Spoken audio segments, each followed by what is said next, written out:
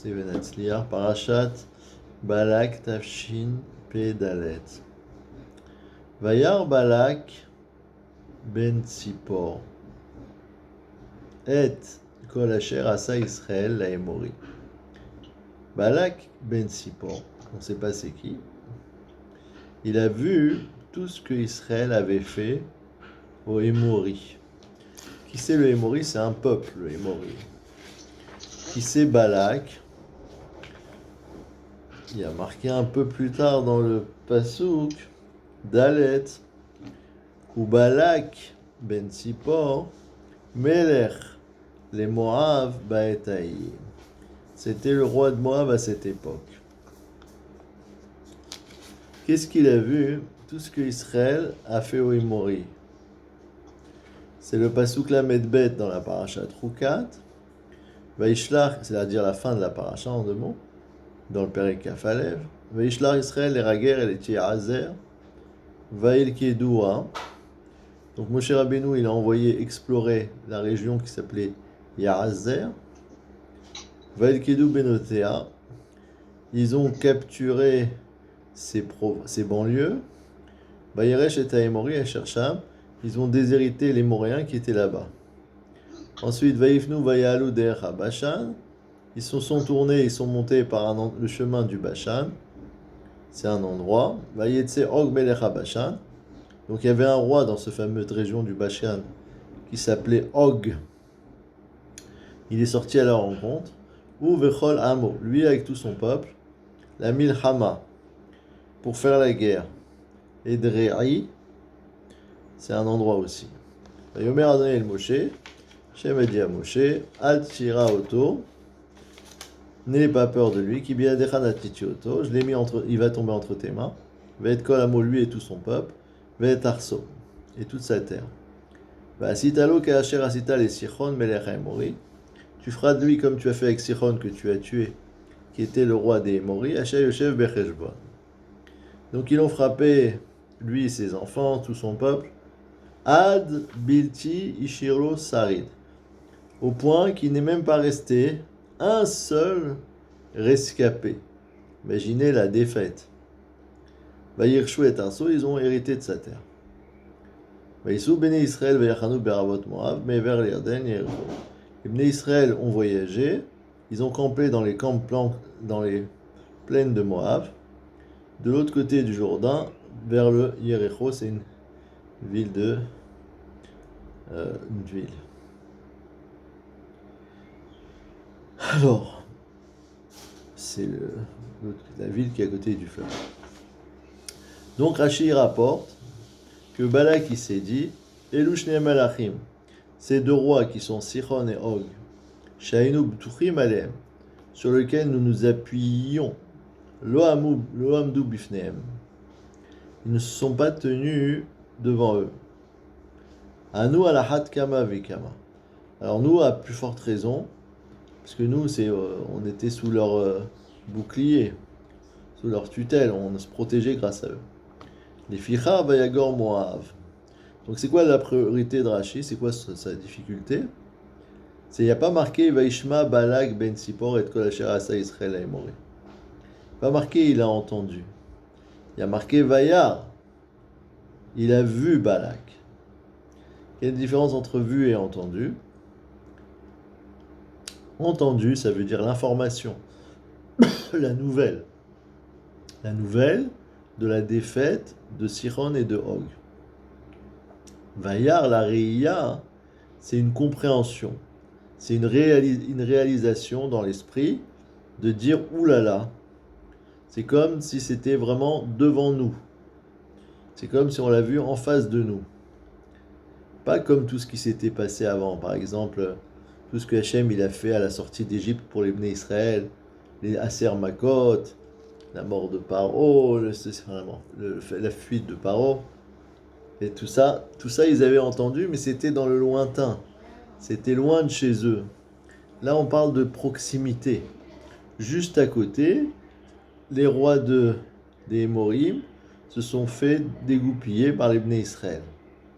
Ça c'était du concret. Vayar Balak ben Tzipor et Kol Asher Asa Israël la Emori. Donc ils ont dit, là, s'ils veulent s'attaquer à nous, on est fichus. Vayagor Moav mipnei Ha'ameot. Donc Moav, il a eu très peur du peuple. C'est qui le peuple? C'est le clan Israël. Qui ravou parce qu'ils étaient nombreux.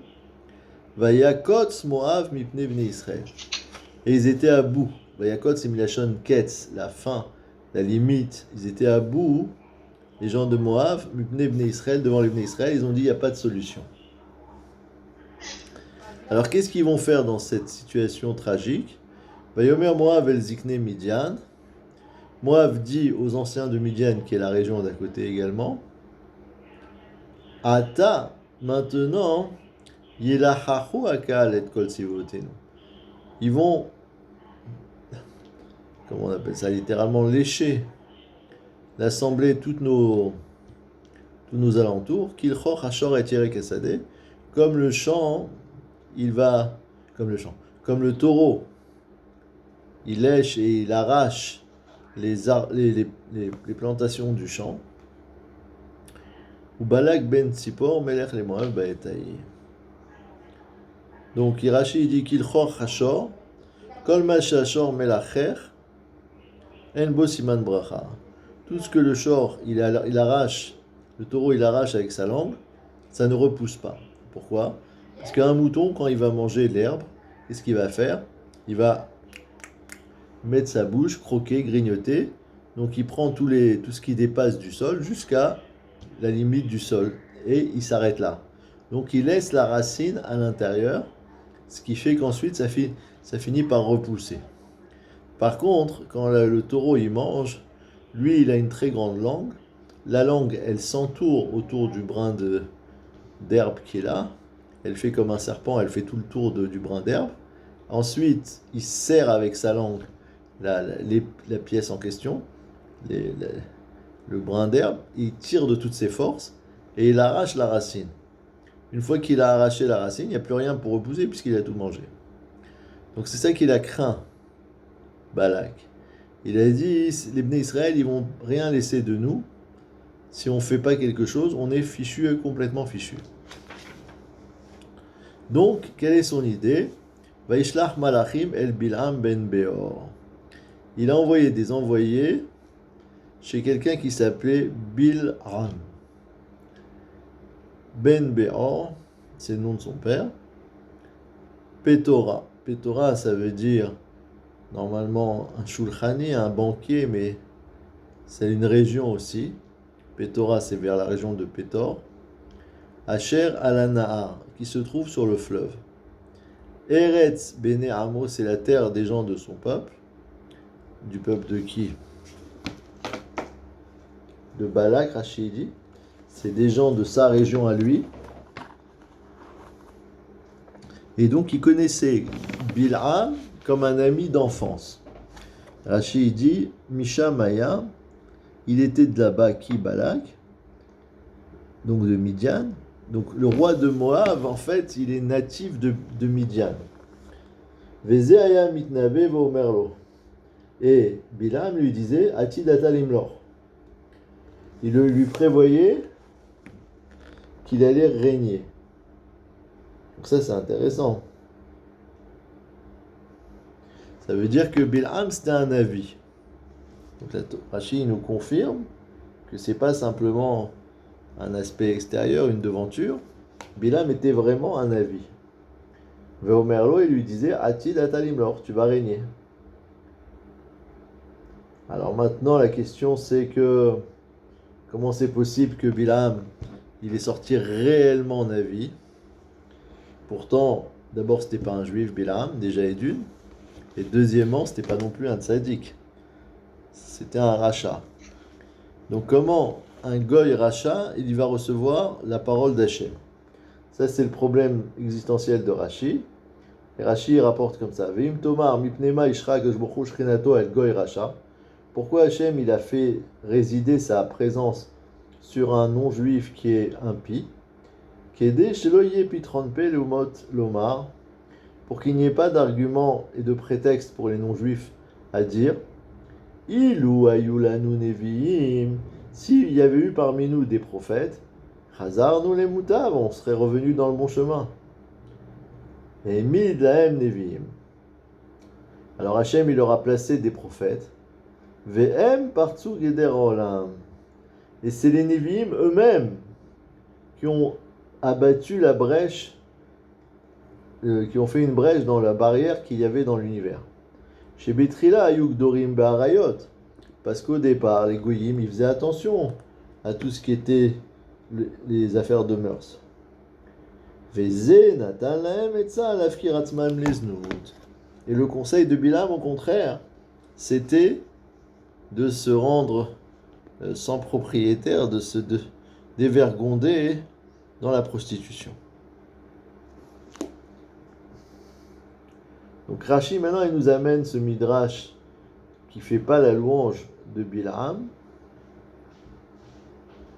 pour nous donner, dès le départ, le ton de ce personnage qu'on appelle Bilam.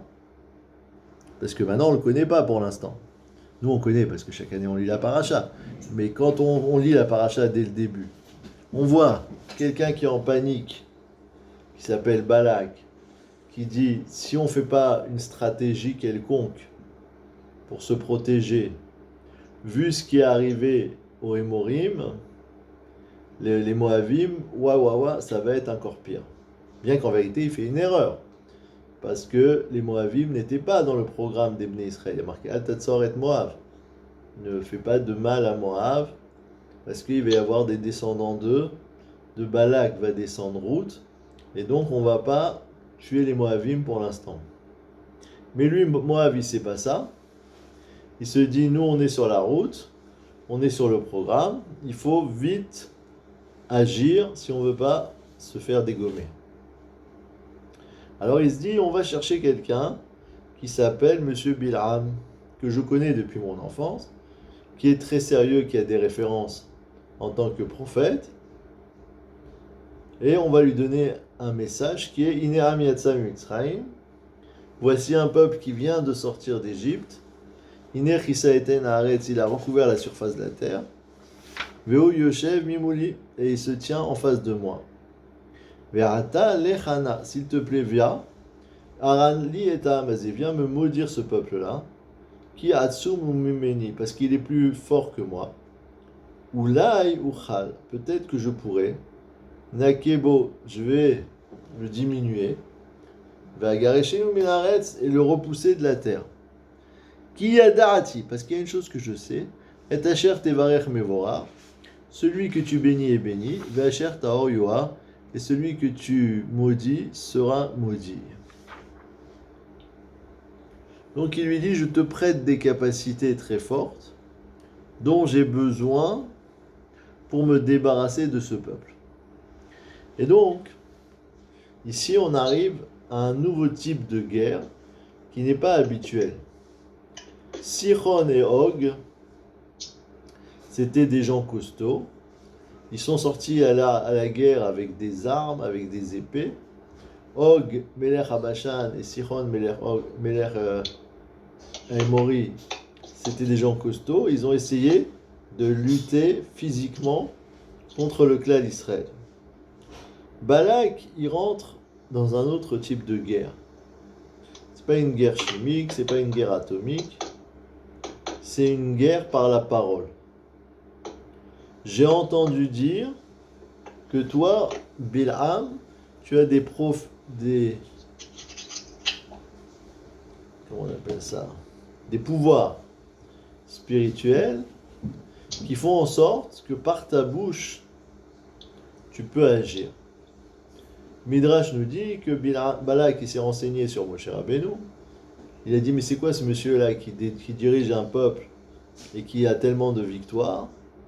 On lui a dit En kocho ela bepiv. Toute sa force, il a dans sa bouche. Il prie, il étudie, il demande des choses à Dieu. Hachem exauce ses paroles. Donc toute sa force est dans sa parole.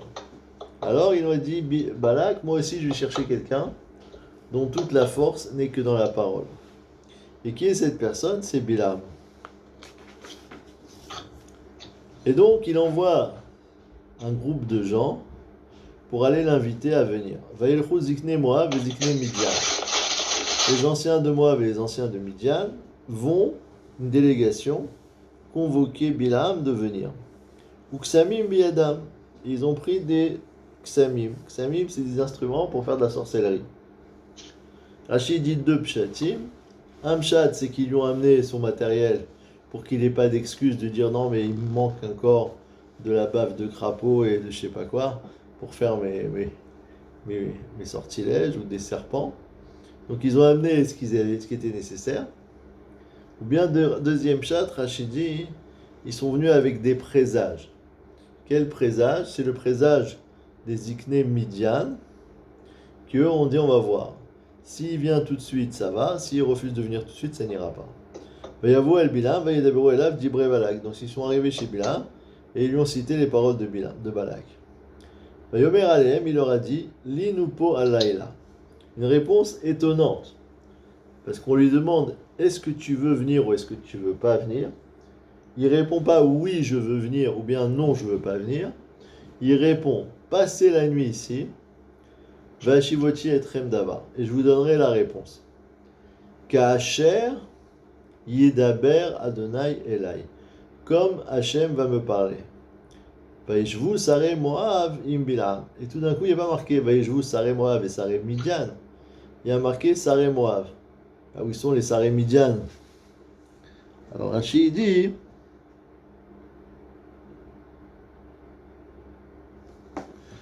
pas sur Rashi sur Zikne Moav, mais sur Ksamim Biadam. Davar Acher, il rapporte, Kisemze Natlo Biadam. Ce présage, il l'avait entre les mains. Qui? Les Zikne Midian. Ils ont dit comme ça, Im Yavo Imanu Bepa Amazot, s'il accepte de nous suivre dès la première fois, Yesh Bo Mamash. Alors il a une capacité. Vim Yadirchenu. Et s'il nous repousse pour une raison ou pour une autre, En Bo Torah Eled, alors il n'y aura aucune valeur. Les Ficha, c'est pourquoi. Quand il leur a dit, s'il vous plaît, passez la nuit ici, Amrou en botikva. Ils ont dit, il n'y a aucun espoir à avoir avec lui. Ils sont partis directement. Chez Neymar, Vaeshvu Sare Moavim Bilam. Et c'est là que Rashi explique notre passou, parce qu'il y a marqué Vaeshvu Sare Moavim Bilam, Aval Zikne Midiam al Khulahem. Donc ça, c'est très important. Très important d'essayer de comprendre c'est quoi le Kesem en question. D'après Rashi, on a l'impression que ça n'a rien de logique. C'est un présage. Comme il s'est passé avec Jonathan, le fils de Shaoul, qui va pour combattre l'ennemi, et il dit à son porteur d'armes, bien on va les interpeller, on va leur dire on va vous casser la figure, et on va voir ce qu'ils vont nous répondre. S'ils nous répondent attendez on arrive, on va vous massacrer, c'est qu'ils sont en force. S'ils nous répondent montez un peu ici, vous allez voir ce qui vous attend, alors c'est qu'ils sont en état de faiblesse. Et c'est ce qui se passe. Ils leur répondent venez, on va vous casser la figure. Et Jonathan dit à son serviteur voilà. Donc c'est ce que je pensais, ils ont peur, et donc ils montent en vitesse et ils les ont massacrés. Donc c'est une espèce de présage qui n'a pas une logique a priori quelle qu'elle soit. S'il dit ça, ça veut dire ça. S'il dit ça, ça veut dire ça.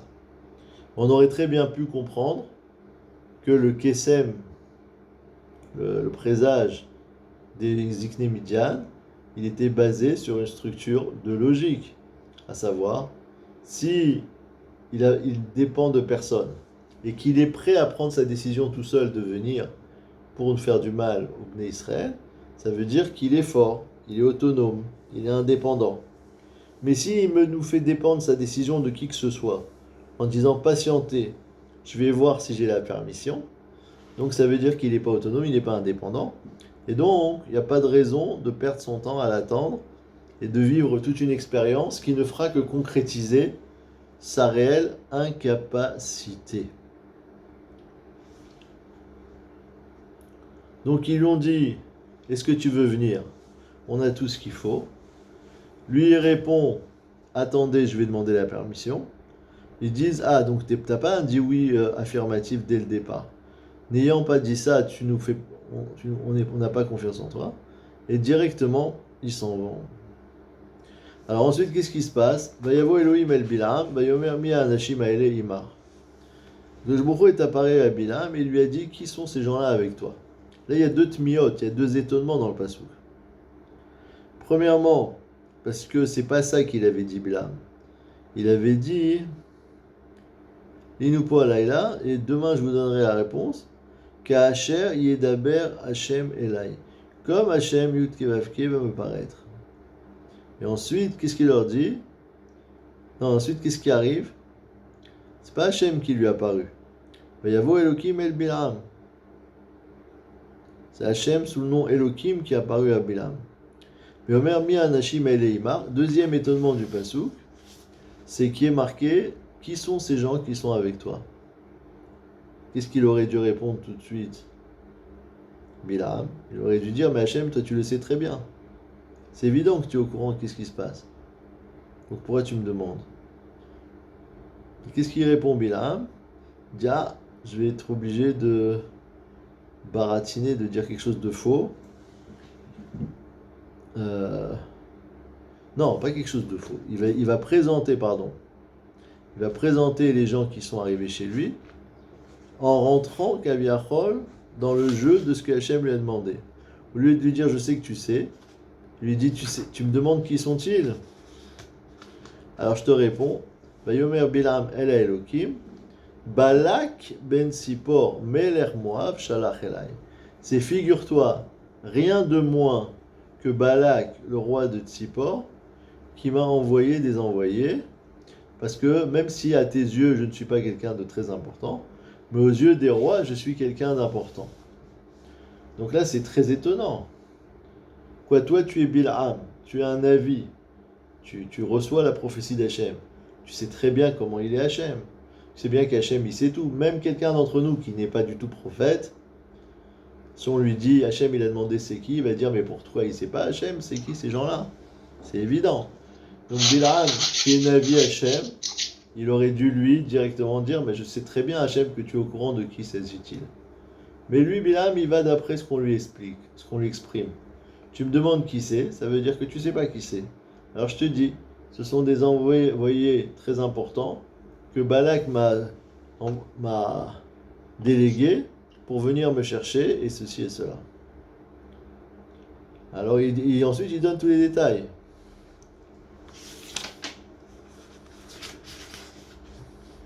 Voici le peuple qui est sorti d'Égypte dans le pasuk d'Aleph. Vaïcha c'était Naretz qui a recouvert la surface de la terre.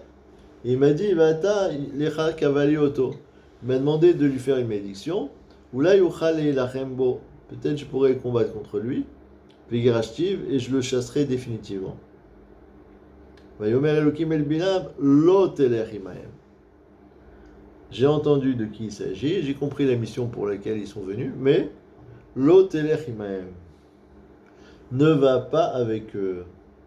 Lo taor et ta'am. Ne maudit pas le peuple. Qui baruchu, car il est béni. Donc là, en résumé, Hachem lui a dit qu'est-ce qu'il pensait de cette shlichut, cet envoi, de cette mission. Il lui dit non, je suis pas du tout d'accord, je veux pas que tu y ailles, ça sert à rien que tu essayes de faire des malédictions au clan Israël, parce que de toute façon, c'est un peuple béni.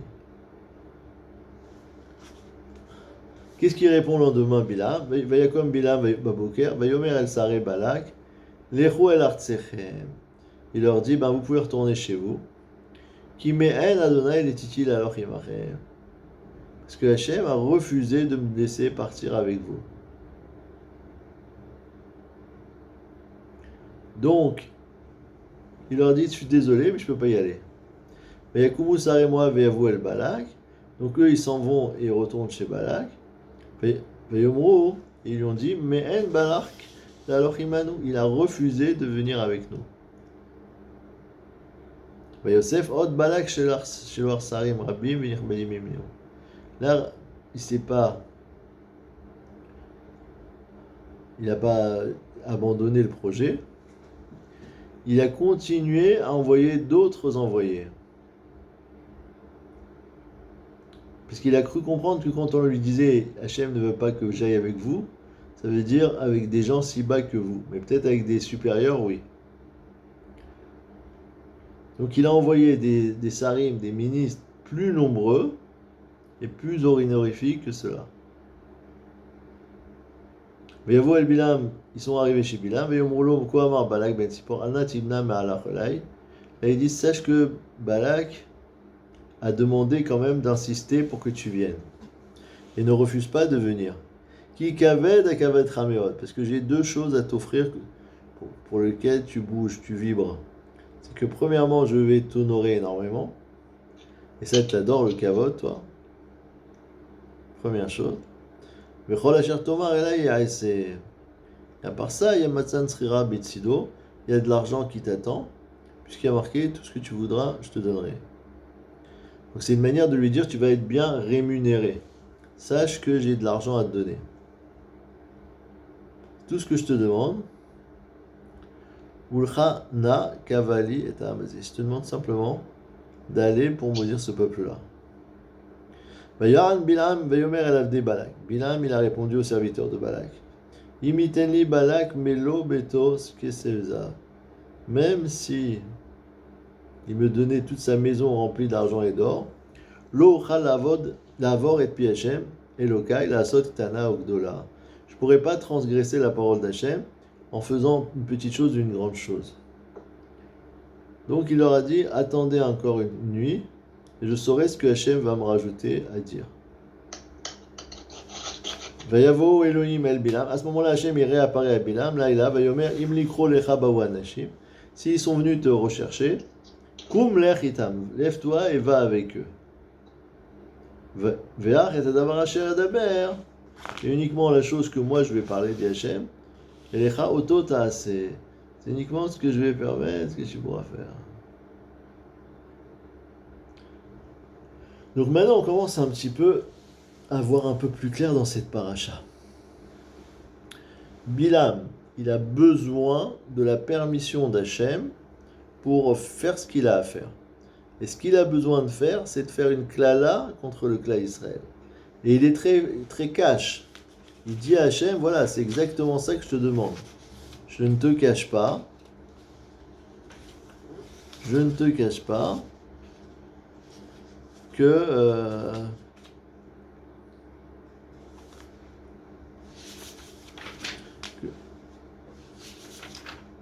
ce qu'il veut Balak, c'est que je fasse une klala. Ce qui a marqué,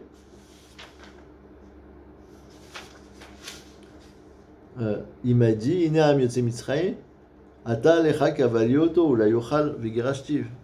Sur ça, Hachem, il lui a dit non, lo telech imahem, lo taor et ta'am, ne maudit pas le peuple. Donc il lui a donné la réponse. Tout a été clairement exprimé. Je voudrais bien y aller pour leur faire une klala. Réponse, n'y va pas, ne maudis pas. Ouvrons une parenthèse. On a vu que les Ikné Midian, eux, ils n'ont pas patienté. Ils ont dit ça sert à rien d'attendre. Parce que s'ils ne donnent pas une réponse immédiate, ça prouve qu'il ne peut rien faire.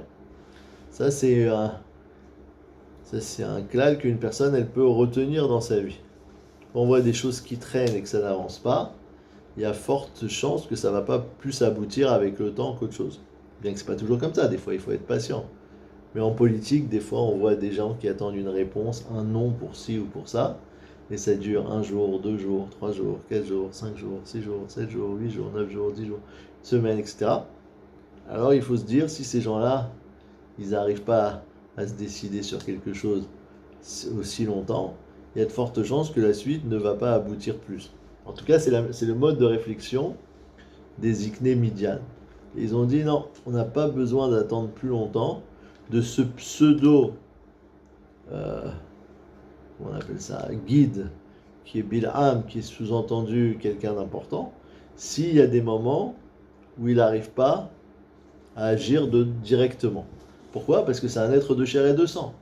Ou bien, il a son autonomie, il a ses capacités, il a sa force pour interagir dans la Bria, ou il ne l'a pas, et il est dépendant d'Hachem. Et s'il est dépendant d'Hachem, ça n'a aucun sens que nous on l'attende pour s'attaquer au peuple d'Hachem. Donc la logique des Ikné Midian, elle est très forte. Maintenant, de la même manière qu'eux, ils ont dit, s'il n'est pas, comment on dit, réactif au premier contact, c'est pas la peine. Bilham, lui, il utilise la même démarche vis-à-vis d'Hachem. Hachem, il vient et il dit à Bilham, Mi anashim haele ima, qui sont ces gens qui sont avec toi? Il devrait dire, mais Hachem, tu sais très bien de qui il s'agit. Il répond, non, c'est des... Ah, tu sais pas, alors voilà, je t'explique. C'est Balak qui m'a envoyé, etc. Je suis très important à ses yeux, même si je ne le suis pas aux tiens, mais je suis aux yeux des rois sur la terre. Et c'est quoi cette réponse?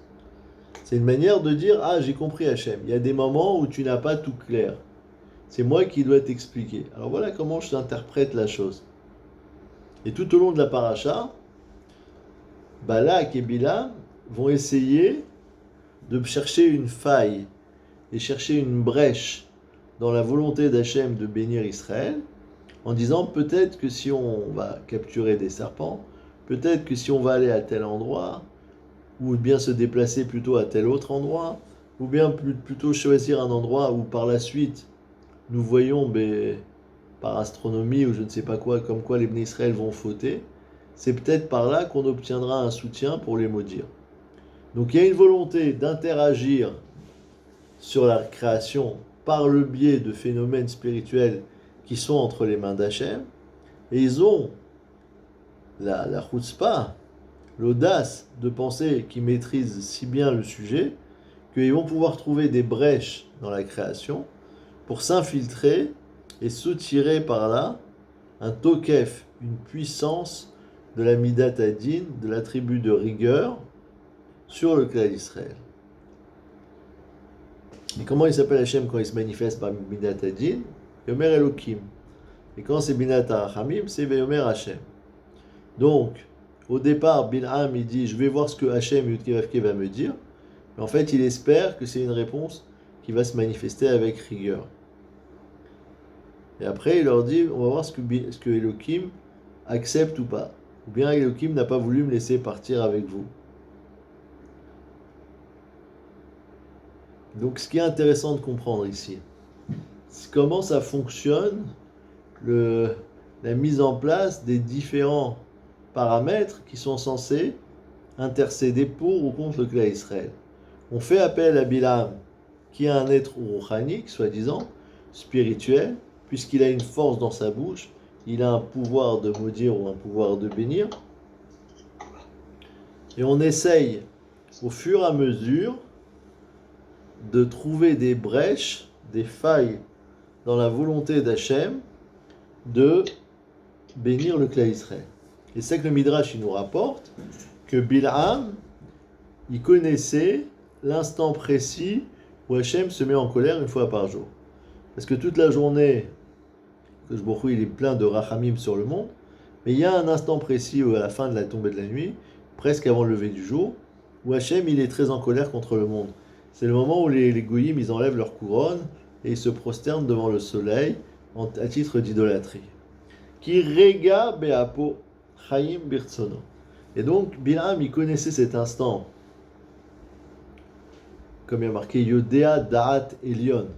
La Gemara elle demande Efshar Da'at Behemto lo yada.